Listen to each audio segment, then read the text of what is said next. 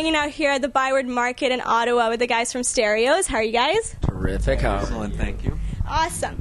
So it's only been about a little bit over a year now that you guys won Disband, and you guys have already accomplished so much things as a band together. Has it been hard for you guys to adjust to like a new lifestyle, because being thrown into the public eye so quickly?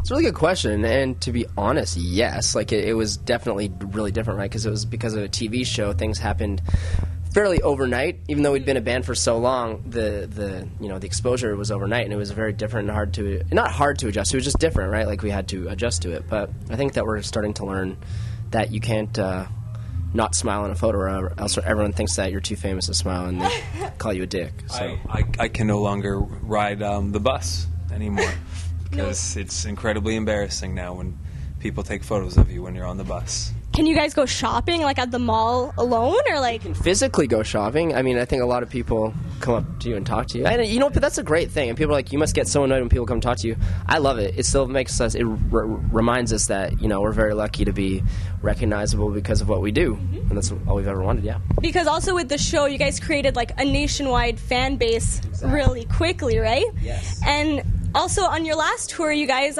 stopped in each city to sign autographs at the mall, at each mall. So is it important for you guys to be able to meet your fans and to have like a more personal connection with them? Yeah, for sure. Like even at our shows, today we're still going to do meet and greets, and it's very important to keep the connection not only in person but online on Twitters and on Facebooks and stuff. We're always trying to message as many people as we can. How do you guys react though when you find like when a fan comes see you and like she's crying and she's like, I love you so much? Like, is that scary for you guys? Well, it's only scary when she's crying because badgers are attacking her. That's when it gets scary. But it's weird. It's weird seeing people get that emotionally attached to something that you do. Mm-hmm. It's very endearing though, and we're really humbled by it. So it's very cool. That's cool. And tonight you guys are playing a free show here in Ottawa, which I think is really great because not everybody has enough money to go see their favorite band play in concert, right? Who wants to spend money on Stereos? A lot of people. You guys have big shows all the time here. Come on now. No, it's awesome. I know that I used to like free shows, and the price is right. And I think that if people still don't come out, even though it's free, then we should probably not come back. I'm sure a lot of people are coming out tonight. Do you guys remember the first concert you guys went to? Absolutely. I got to see Eros. Oh, actually, the first concert that I went to was actually Sharon Lois and Bram and the Elephant Show. Eric Negler opened up, and he played one heck of a banjo. And how old were you? I would say 6 is probably a good guess. I saw them too when I was that age. I wasn't even born yet at that point. Mine was the Teenage Mutant Ninja Turtles show, and they gave out popsicles that turned your mouth green. That was a great show, actually. Mine was actually, I was like 13. It was a heavy metal concert in my hometown at a venue that shouldn't have had a concert, and it ended up on fire, police coming, arresting everyone. Miles wins. It was actually a band called Pugnacious. It was you guys wouldn't know. You would know Compromise. It was their original band. So. Oh, really? I had no idea they had such a cool name to start off with. And this is just the start of your very successful career as musicians, and you guys have already toured with. Wait, what do you know? Yeah, I was gonna say, yeah, sweet. We've got a long road ahead of us. Yeah, for sure.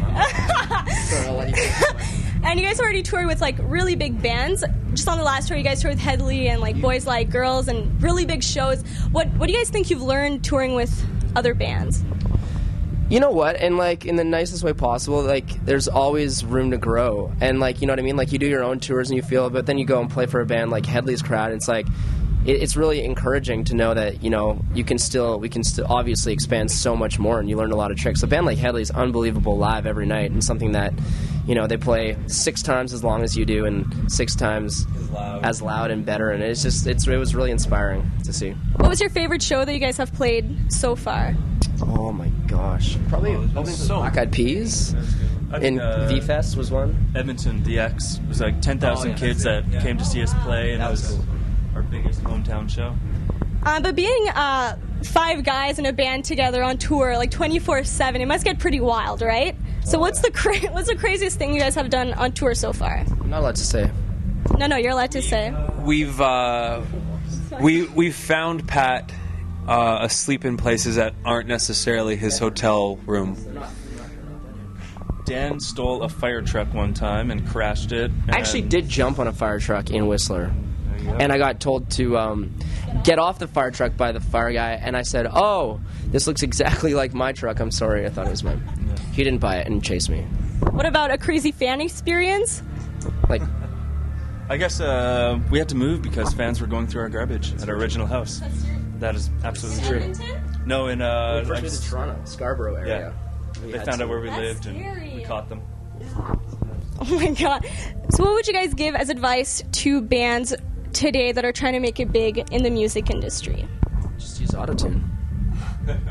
I'm kidding. I would say don't break up, because my mom would leave college pamphlets on the table every morning when I was working jobs and still trying to be in a band, and I didn't listen to her. I didn't go to college, and I stuck with the band. So I'd say if you stick with it, then something's bound to happen, right? Good or bad, something is bound to happen. Yeah. Fate will interject. Your parents don't have to interject. Fate will do it for you. All right. Well, thank you guys so much for your time, and good luck on your tour. Okay, thank you guys so much.